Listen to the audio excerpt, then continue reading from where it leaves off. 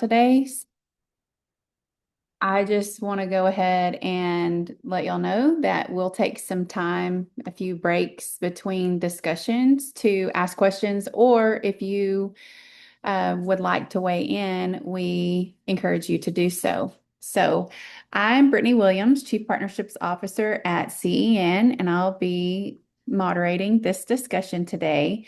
And we have with us Dr. Alexander, who many of you know was a longtime Roscoe superintendent, whose dissertation led to the development of the P20 system model that the CEN network now has 41 school districts in Texas that have redesigned or are in the process of redesigning their schools to expect and support students from disadvantaged backgrounds to go wherever they choose to in life. And so we also have with us Ellen Williams, who has 4 decades of experience at the Texas Capitol as a journalist from Texas Monthly. She served on the Senate General Counsel from 1995, the Education Code revision, and she's attorney in a private practice currently. She's worked in all 3 branches of state government and focuses on education law, legislative law, and agency rulemaking. And then here in just a bit, we'll have Dr. Byers joining us, kind of like the middle of discussion. He's got another class that he's lecturing right now. And so he has spent 54 years in the public schools of Texas and or as a university educator at Texas A&M University. He began as an ag teacher, and then has been a teacher educator and researcher, and then an educational consultant and change agent over the last 50 years. So his passion is for serving rural youth, especially those from lower socioeconomic backgrounds and first generation post-secondary goers. And so he's also worked internationally in multiple countries and then primarily in developing countries and post-conflict areas. So we have also, like I said, many of you have quite a bit of knowledge in what we're going to be talking about today, which are several House bills and a Senate bill that can impact rural communities and school districts, higher ed, as well as employers and business. So we're going to talk about what's working and what may not be working, or how rural communities and school districts can hopefully access some of this funding that is available, and then also talk through some ideas on maybe future legislative advocacy work.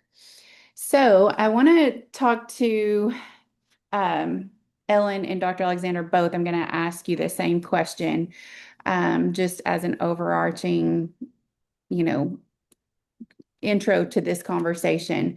When you look at where Texas is right now, what is one policy move that you think is genuinely helping rural communities, and then one that may be falling short? Ellen, we'll start with you. Hi, thank you, and welcome to everyone on the call. I appreciate being invited to visit here today. The legislature really made a huge improvement this last session, and really with a comprehensive funding bill. And this House Bill 2 was a comprehensive school finance bill to infuse more dollars, significantly more dollars, into our Texas public schools.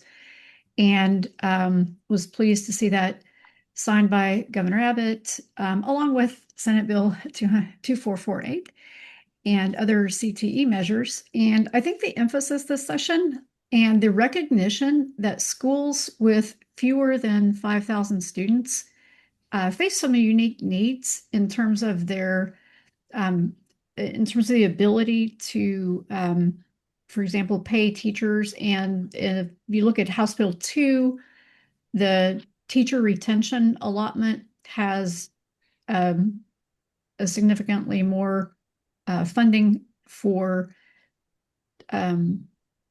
schools that have fewer, school systems that have fewer than 5,000 students. And so I think that, and that was identified as part of the teacher vacancy task force back in 2022. The governor um, had the commissioner create a task force to look at why what the difficulties are in retaining teachers around the state. And that was one of the recommendations was having that kind of differentiation. And then also I think um, the, the need for additional funding for teachers in rural areas. Thank you. Dr. Alexander, you want to weigh in? What's Well, I think, big policy shift back in 2019 that really opened a lot of people's eyes is House Bill 3. And in my view, that's one of the biggest pieces of school finance legislation in a long time, or maybe possibly ever, that really incentivizes schools to graduate students with degrees and certifications that would lead to gainful employment. I think we all agree that the high school diploma is still as necessary as it's ever been, but it's no longer adequate. And as I look at that commit partnership data that they shared with us back in 2019, where despite record high graduation rates from high school, only 22% of our graduates were earning a post secondary credential by age 24. And in rural sectors, it was 13%. And the estimated loss in lifetime earnings is 208 billion. And so that is just absolutely huge to really help schools realize that, we owe our students more than just getting them out of our system and meeting that minimum requirement, that we have now figured out ways to support students. The PTEC legislation back in 2017. And then I remember in 2019 when we were looking at what to do, that, at that time our students were, for the most part, earning the associate degree before they graduated high school. But then when we saw that year 13, 14 support and the opportunity to support students an additional 2 years, that is absolutely huge. And we did that pilot with West Texas A&M, and everybody was nervous about how that would work. But we had the 7 very disadvantaged students that had earned their associate degree when they graduated high school through Western Texas College. And of those 7 from West Texas A&M earning their bachelor's degree, 2 graduated early, the other 5 on time. Average age 20, student debt 0, and they had a higher GPA than the average West Texas A&M graduate.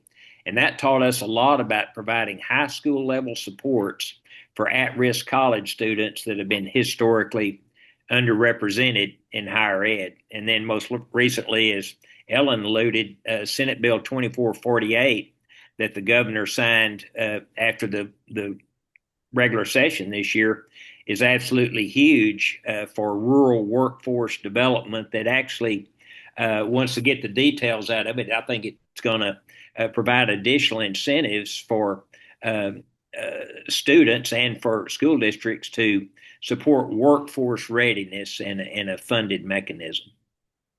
Yeah, that's good. So we already talked about 3 of the 4 that we're going to discuss today between Ellen and Dr. Alexander. So House Bill 3, which was that 2009 school finance overhaul for school districts. Talk a little bit about House Bill 2, this last session in the CTE component of House Bill 2, and then Senate Bill 2448. Talk about once Dr. Byers gets on, and then we're going to touch a little bit about how House Bill 8, which was not mentioned in these last 2 discussions. And so right now, let's talk a little more about House Bill 3. And Ellen, from a policy standpoint, in rural, so we're thinking just rural, do the CCMR incentives, so college career military readiness incentives, do they currently reflect rural reality? And if you could adjust one rule or measure to make CCMR outcomes bonuses more reachable for rural districts, then what would you change? That's a lot. Yeah. I think that the intent on the CCMR is, you know, that is it's admirable because at the end of the day, we want our students to be graduating with a goal in mind, with college, career, military readiness, and setting those goals and then funding, adding funding for that has been, I think, something that is, intended to drive outcomes. I think looking at the data to see where which types of school systems and which school districts are able to access the funding, and then what are the challenges, and then listening to folks on the ground and Mhm. what the challenges might be, whether it's time um, to fill things out, or whether the need for having someone to help come alongside and assist in those efforts. There's a lot of initiatives that have been, I think, that are really well intended, coming from our state level. And it's a kind of a matter of time sometimes on the part of local leaders. Um, and, but I think kind of listening to, where the rub is, and seeing how it can be implemented most successfully. Yeah.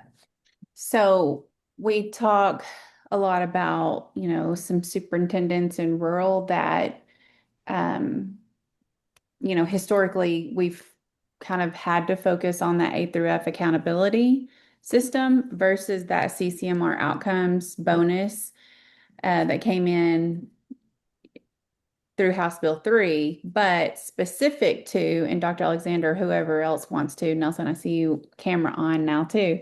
Um, if y'all want to weigh in, but speaking of boots on the ground, what does this actually look like as it's being carried out? And how do these rural schools access this funding? And so when you break it down to CCMR outcomes bonuses, it's always going to go back to that TSI readiness. And so, yes, we are incentivized for certifications and degrees, but if they're not TSI ready, if they weren't in that COVID, getting that um, waiver to where they didn't have to be TSI complete, which ended up, not really being an indicator of whether a student's college ready or not, because there were students that were successful during COVID that were, didn't have to take the TSI. But if you want to talk through, Dr. Alexander, a little bit more about that, as far as rural is concerned, with the CCMR outcomes bonus, we have to think about, the number of programs of study that are offered in a school district. Obviously, you cannot go through a school district that's got 100 students and have 8 programs of study. You'll, be overlapping, and students will be in multiple programs of study and maybe not complete any of them. But then also the TSI readiness and how y'all did that in Roscoe. And then just dual credit access is not really, I guess, that much of a barrier as a whole anymore, but access to certain programs of study and then getting those instructors credentialed through the community college and or the university so that they can then serve in district. Um, Dr. Alexander, you want to talk more about that? Sure. Thank you, Brett. Yeah, it's like anything. You got to figure out what's the opportunity here. Obviously, nothing's easier. Everybody'd already be doing it.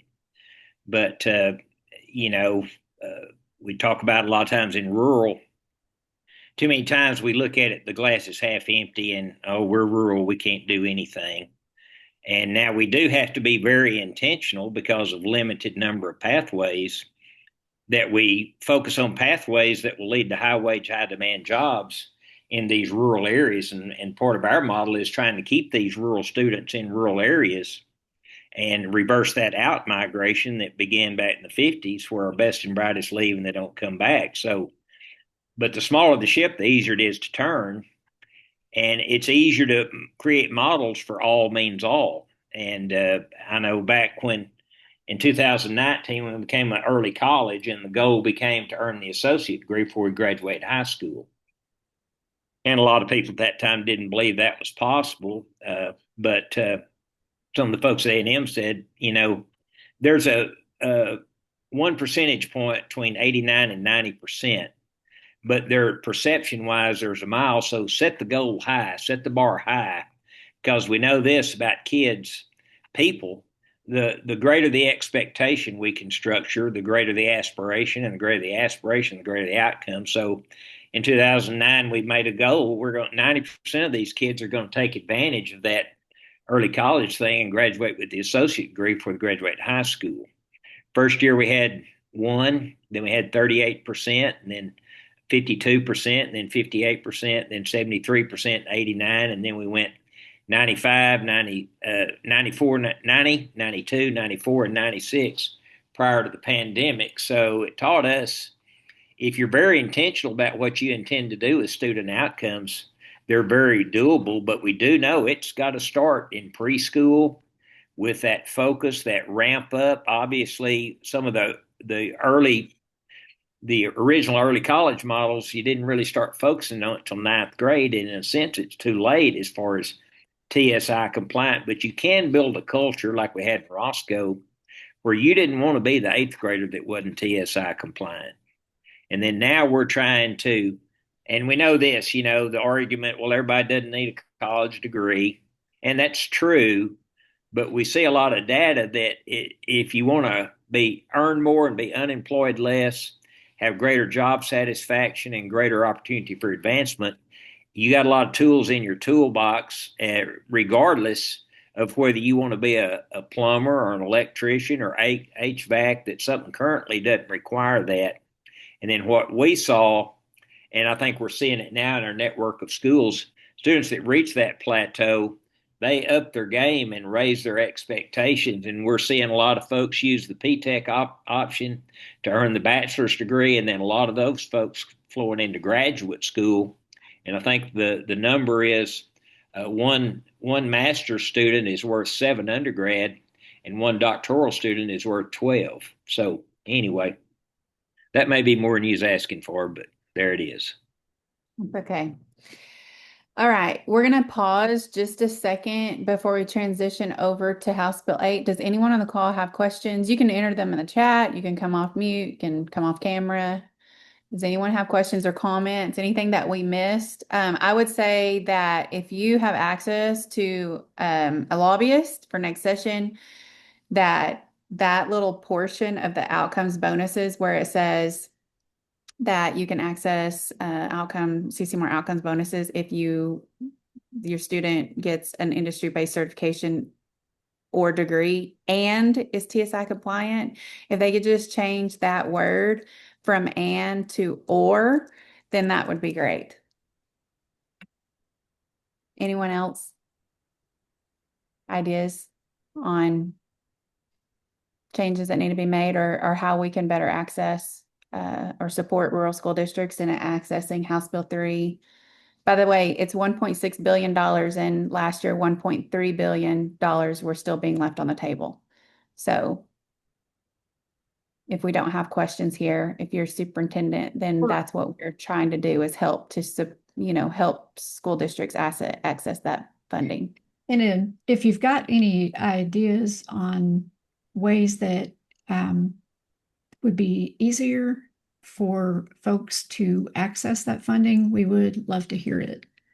So if there would be like any changes, I think Brittany mentioned one, but anything that would be helpful in terms of ways to access the funding. Yeah. Well, that's a huge one right there because it's so difficult to get students TSI compliant. They're earning industry certifications left and right, but then they can't pass that college entrance exam, which if you've looked at it, it's very, very difficult. We have a toolbox that we go around to school districts and help support those students. And it's like an SAT or worse.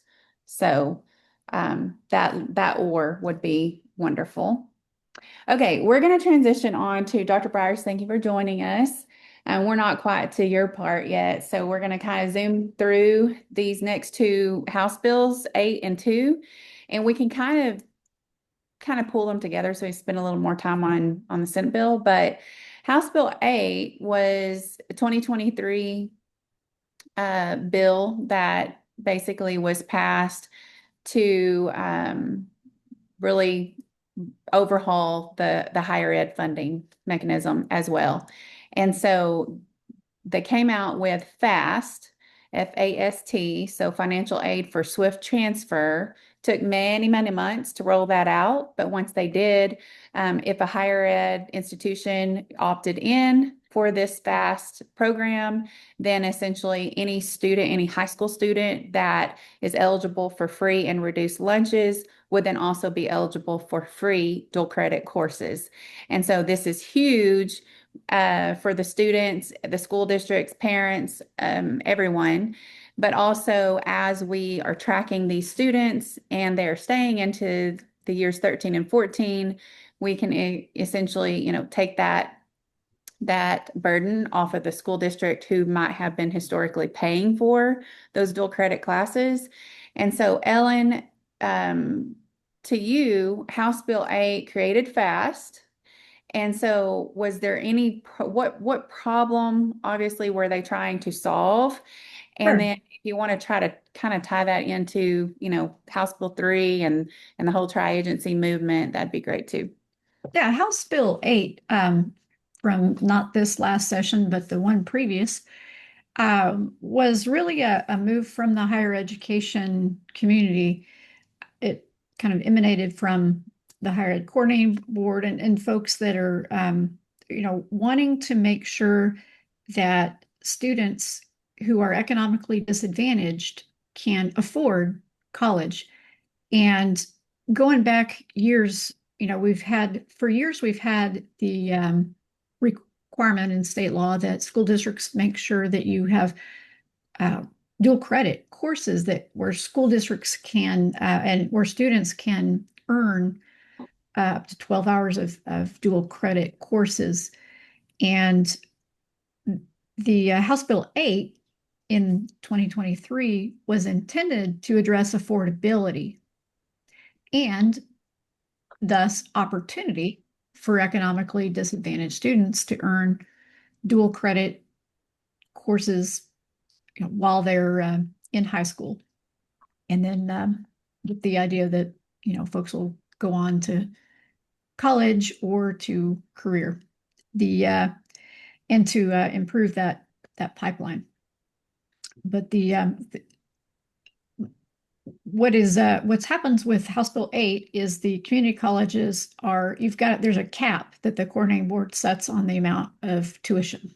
And the then the legislature appropriates funds under House Bill 8 that end up going to the community colleges. On the other question that you had of where there might be kind of gaps in this system, it might be that there are some costs that are absorbed by school districts that are not part of the compensation. You've got, again, the tuition, the community colleges or the colleges who are participating in the FAST program will be reimbursed.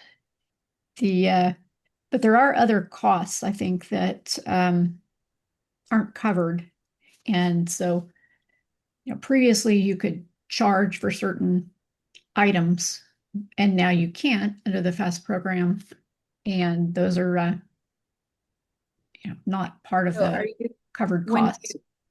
are you speaking of, like, for example, an HVAC student that's in an HVAC program that they're required, like, steel toe boots and tools or that kind of thing? Because I know that's not covered. And so the school district does cover it, but ours are used to covering it anyway. So is Yeah. that what Um, you're or like instructional materials and that sort of thing. So, and then or different costs that are kind of associated with dual credit courses.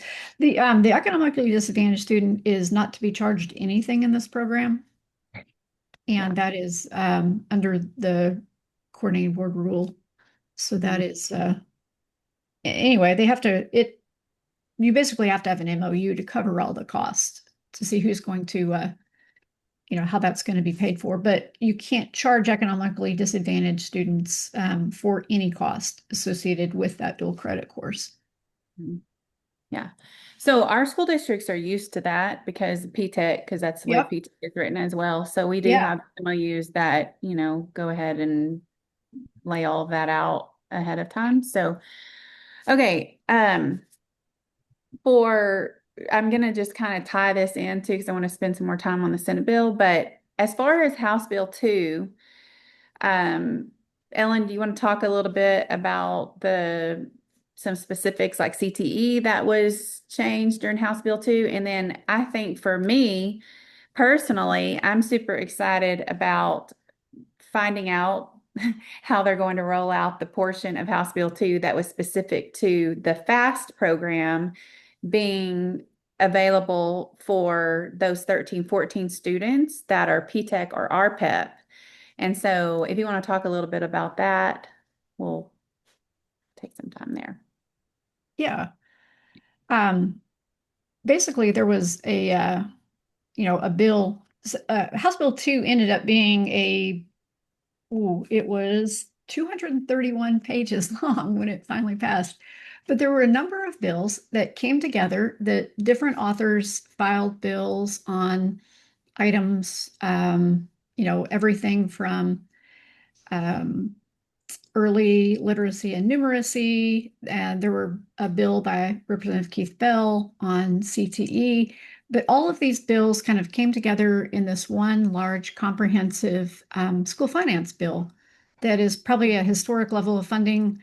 Um, and everything from teacher compensation, educator preparation, special education, which had not been addressed by the legislature for several sessions, even though there was a large gap in funding, early literacy and numeracy, CTE, and then school safety. So those were all issues that were addressed in the bill specifically. And so the on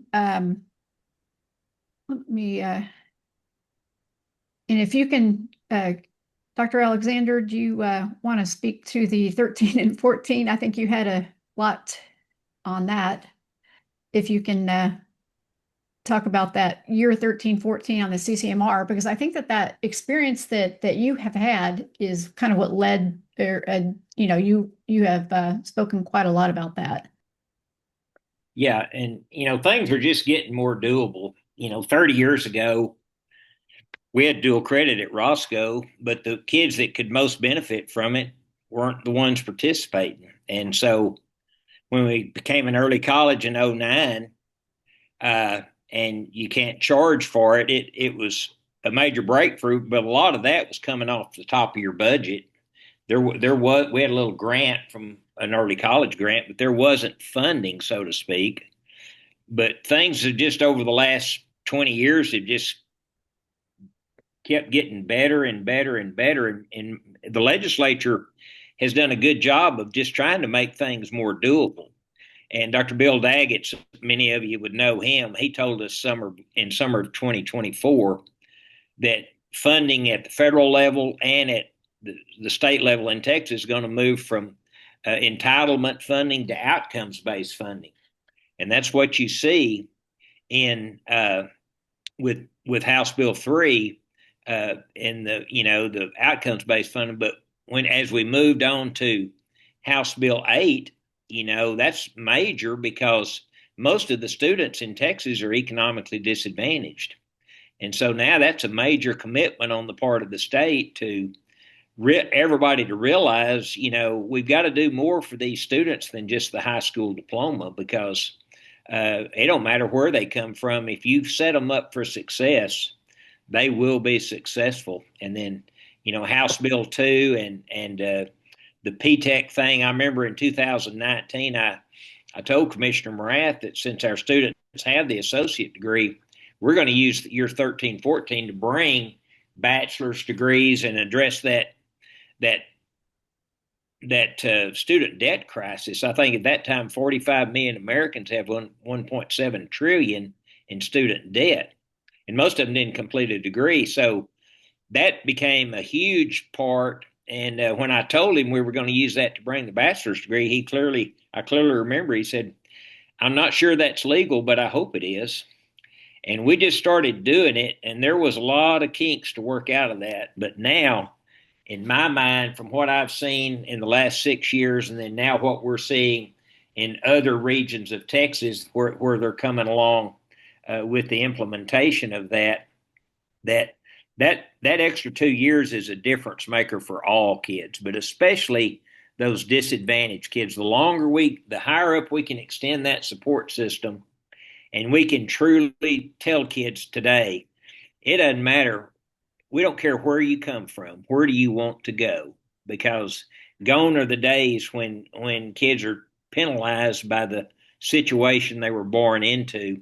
Now, thanks to the Texas legislature and Governor Abbott and a lot of our policymakers, Texas is getting set up to lead the nation in college career readiness and CCMR outcomes bonus. So I'll jump in here and say that previously, the way that those 13, 14 students are funded, and there's several in here on the call that can jump in as well, but the school districts are coding those students 2 years out of high school as if they are in high school. So they still show up on that 12th grade roll. They are coded in PEIMS. They are in a high school, usually practicum class, and then also taking a college class. And so that House Bill 2 piece that states that the FAST could then pay for those dual credit classes if they are PTEC or RPEP is huge, because if we're hoping that this is what will happen, but if the high schools are still able to draw down that CTE weighted funding for those students that are enrolled in that practicum class, then they would be able to offset that salary for the in-district success coach. So this idea at CN that we have, that our goal is to keep at least 50% of the graduating class in 13-14, that becomes a full-time job for somebody, because like at Rostow right now, they've got a little over 60-65% that they're keeping. Well, that's, between 60 and 70 students for those 2 years after high school. So that's and then we have this very robust coaching model for adult education that we have in our EduReach initiative, where we're meeting with those adult learners weekly. And it's everywhere. We're touching everything from organization, time management, study skills, financial literacy, to we're, onboarding, registration, enrollment, like all the things, and then breaking down those assignments, making sure that they're getting them turned in and all the things. And so that's also true for adult learners that aren't in 13-14. But I just wanted to say that for districts that are keeping those 13-14 students, that really does become a full-time job. So if the school districts are still able to draw down that CTE weighted funding with how we've been doing it, and then also access that FAST for those dual credit students in 13-14, that's huge, because that'll help offset that salary for that success coach. That's the whole point of what we're doing, right, is that long-term support beyond high school. So we'll pause just for a second. Anybody have questions, comments that you want to ask or make before we move on to Senate Bill 2448? Okay. Feel free to put questions in the chat as well. And so let's just move on to Ellen. You had supported and had a large hand in the development and writing of Senate Bill 2448. And so do you want to just talk through that, about what it is and your part in it? And then we'll bring Dr. Byers in. My role was really to listen and then try to reflect, what what was hearing about the need for kind of that. We've got the tri-agency, and we have some initiatives at the state level, I think, that are great initiatives. And but kind of looking beyond that and looking at a kind of workforce-led initiative that brings together higher education and school districts uh, to have the kind of a workforce um, where folks can work with local businesses and kind of the bring in higher education partners and make sure that students are um, in a school district are, have the opportunity to not just earn a, and continue into higher education, but also employment, and bringing all of that together in a way that creates capacity for school districts to have kind of, in some cases you've got some statewide initiatives that are great, and you've got different school districts partnering together, and you can have different career options and different CTE options. But where especially you've got some remote districts, or you've got districts that need to that want to partner with their local communities and local businesses, for example, um, kind of providing that capacity for school districts to align and deliver workforce training and higher education programs to address skill gaps. And I think, as Dr. Alexander talked about a little bit ago, helping keep our rural kids, providing them the opportunity to stay local, to earn their higher education credentials, and to find employment. So right now, sometimes there's not that opportunity, but this would kind of create that ability again, and it's local led. And I think that that is a real key for this. Yeah. So when you say local led, we have been engaging more local leaders, and then have developed these hometown impact projects that is soft skills, career exposure, and then also that local rural leadership component. And so I'm going to bring in Dr. Briers, and I did talk about your what all you've done, Dr. Briers, in your career, so they know who you are. But if you want to come off mute and let us know about your role in Senate Bill 2448 and maybe relation to Texas A&M University, and then again, like that local leadership component, and how historically we have worked with school districts only, but then now it's more just this workforce development and really, really rural revitalization, bringing in the local and regional leaders as well. Sure, I'll try to do so. So the 2448, as Ellen says, the Rural Workforce Development Grant Program passed in this past summer, this past spring, and as is the case with a lot of um, legislation that requires funding to implement the legislation to really get it done, that wasn't there weren't any appropriations with that bill. So this idea that the Texas Workforce Commission, with the Texas Education Agency and with the Texas Higher Ed Coordinating Board, are going to create and manage a workforce development grant program. The grant program being monies that were appropriated by the legislature. There aren't any monies to be done or to be granted. So the governor's office instructed the Workforce Commission to come up with a pilot program to get this started. Funds through the Texas Workforce Investment Council, $1 million has been set aside to develop a pilot program for the Workforce Development Grant Program. So a pilot program for the ultimate program. Obviously, what we hope is in the 2027 session, that there will be monies appropriated if, in fact, the pilot program is successful. And that's where we hope that Texas A&M University comes in and continues to work with school districts and with community colleges, and now with the Texas Workforce Commission that we haven't done much with, can assist, because one of the provisions of this pilot program is that it would be a contract would be done with an R1 university.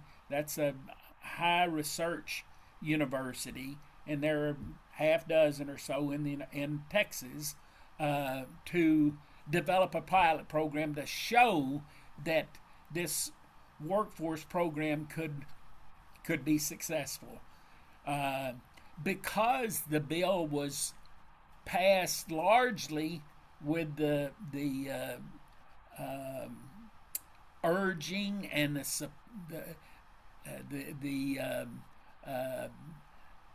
working behind the scenes from Collegiate Edu-Nation,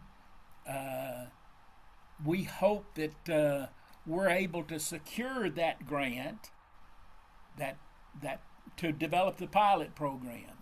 The pilot program, we hope, would then be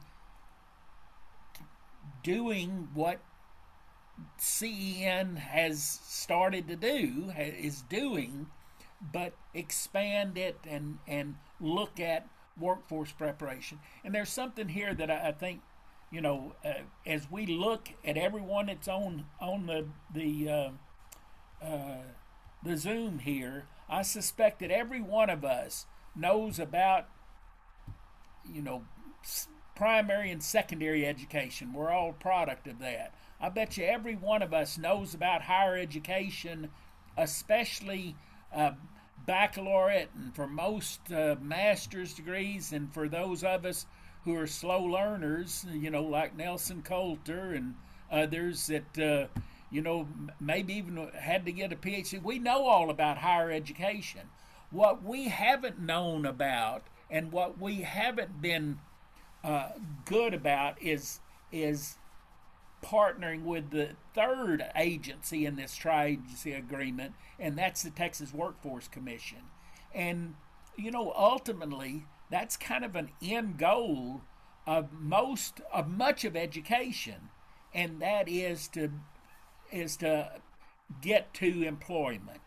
And so, you mentioned the TSI, that we have to be TSI compliant. Well, that doesn't happen without early childhood intervention, elementary school, pre-K through 8th grade, 9th grade, where they can and will be successful on the TSI and can begin to garner those funds. And I think it's been demonstrated already by some institutions, by some school districts, that with support and with a goal of having students TSI compliant by, let's say, the 10th grade, that it can happen. It is difficult. The test is difficult, but students will do what we set them up successfully, that we set them up well to be successful. And if we help them, they will be successful. So the next step then is the dual enrollment, be that in university or college parallel baccalaureate kinds of courses, or in CTE kinds of things. Ultimately, most of us get a job of some sort, and we have not worked closely, and I probably mean most of us, have not worked closely with Texas Workforce Commission. We have not brought them into the fold. We've been really good with working at primary, secondary, and tertiary schooling, but not with workforce preparation per se. And looking at, and something you said, I think, Brittany, you said something about uh, local, Ellen, you said local folks. Well, what are there? 28 of these local workforce boards, and that gets down to a pretty small area, not as small as a school district, but it gets down to an area where students may go to work in. It's within commuting distance of most people that they could stay in their workforce board area and find a job and be prepared. Well, what are we going to prepare them for? We're going to prepare them for whatever's needed in that local workforce area. But we know that across the state, it's going to be for health care.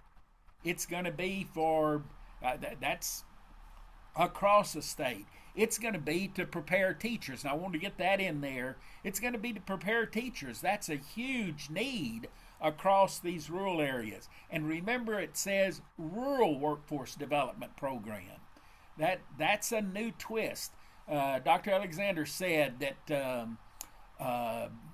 legislature is setting us up for success. And I think this is an example of one of the things where they're setting up rural areas for success. And we've got to continue to push for appropriations for 2448, and we've got to ensure that we can show that technical assistance for these local school districts will result in students being TSI compliant, getting industry-based certifications, in getting dual credit, in getting associate degrees, and ultimately in entering the workforce. And I think we can demonstrate that. We can demonstrate that with a pilot program because we have a pilot program in CEN that's already showing that can be done. So we hope that pilot program $1 million grant is awarded to Texas A&M to show, in fact, that a rural workforce or a rural assistance to rural schools will, in fact, lead to industry-based certifications, to associate degrees, to workforce preparation, to jobs.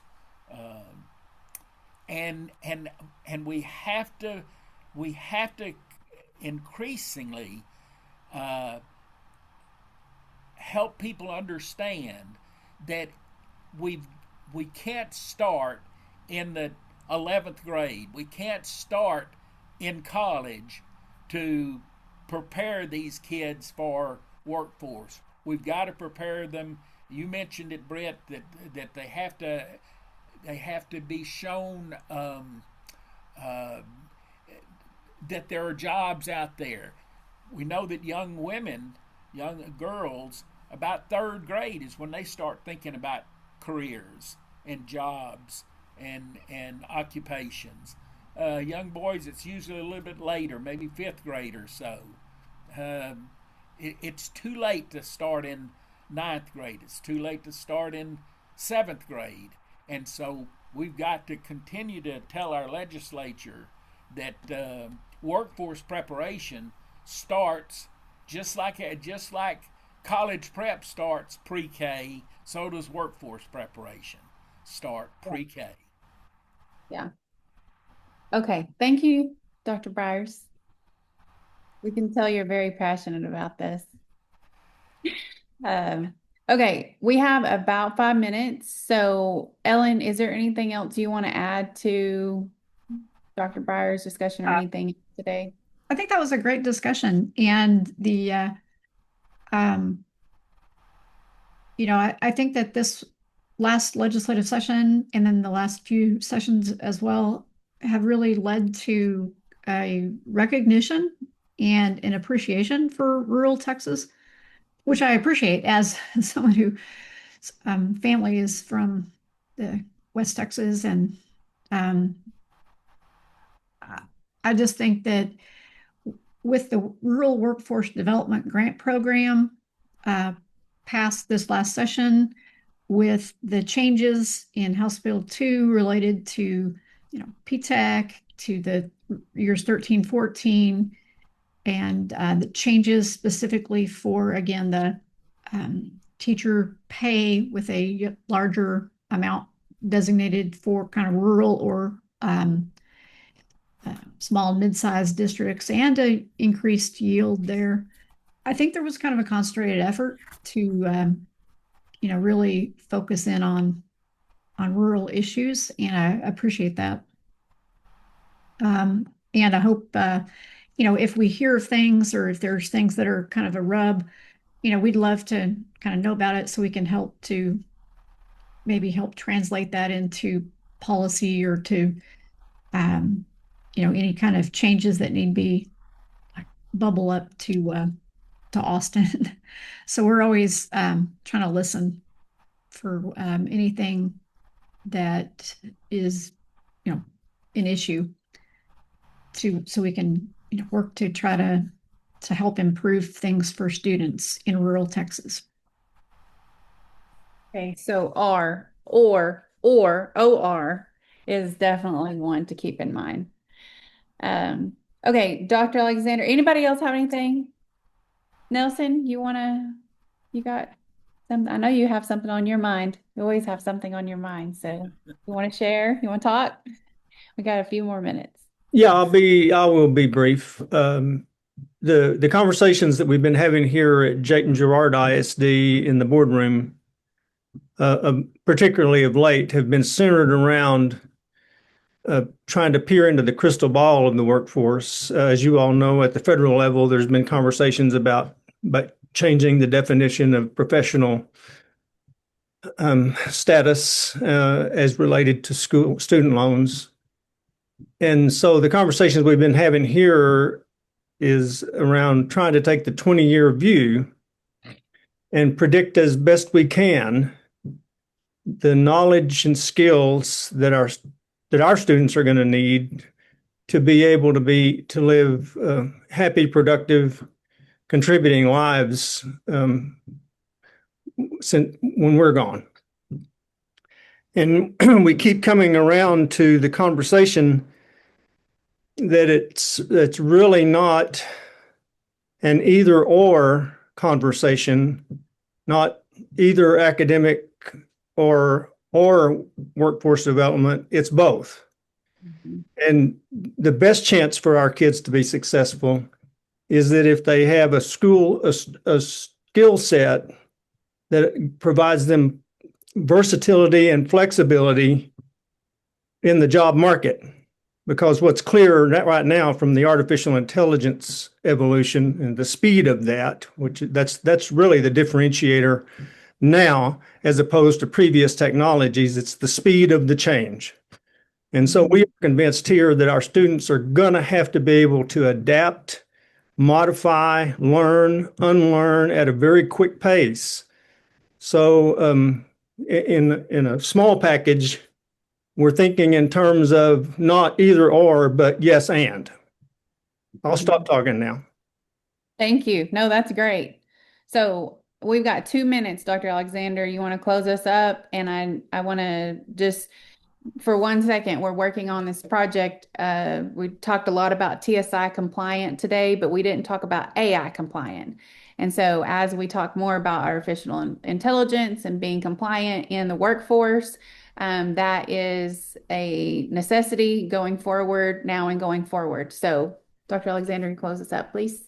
Yeah, we're working on a large, Dr. Grove, I don't know if she's on here, but we're working with Bill Daggett on a large USDE grant to scale this AI in the classroom Uh, and so, to Nelson's point, change is being able to adapt to change is going to be the most critical thing these students can do. Back to 2448 in January, Senator Sparks, who sponsored that bill, was on a panel there in Austin, and the title of that panel was "As Rural Texas Goes, So Goes the Nation," and that's so true.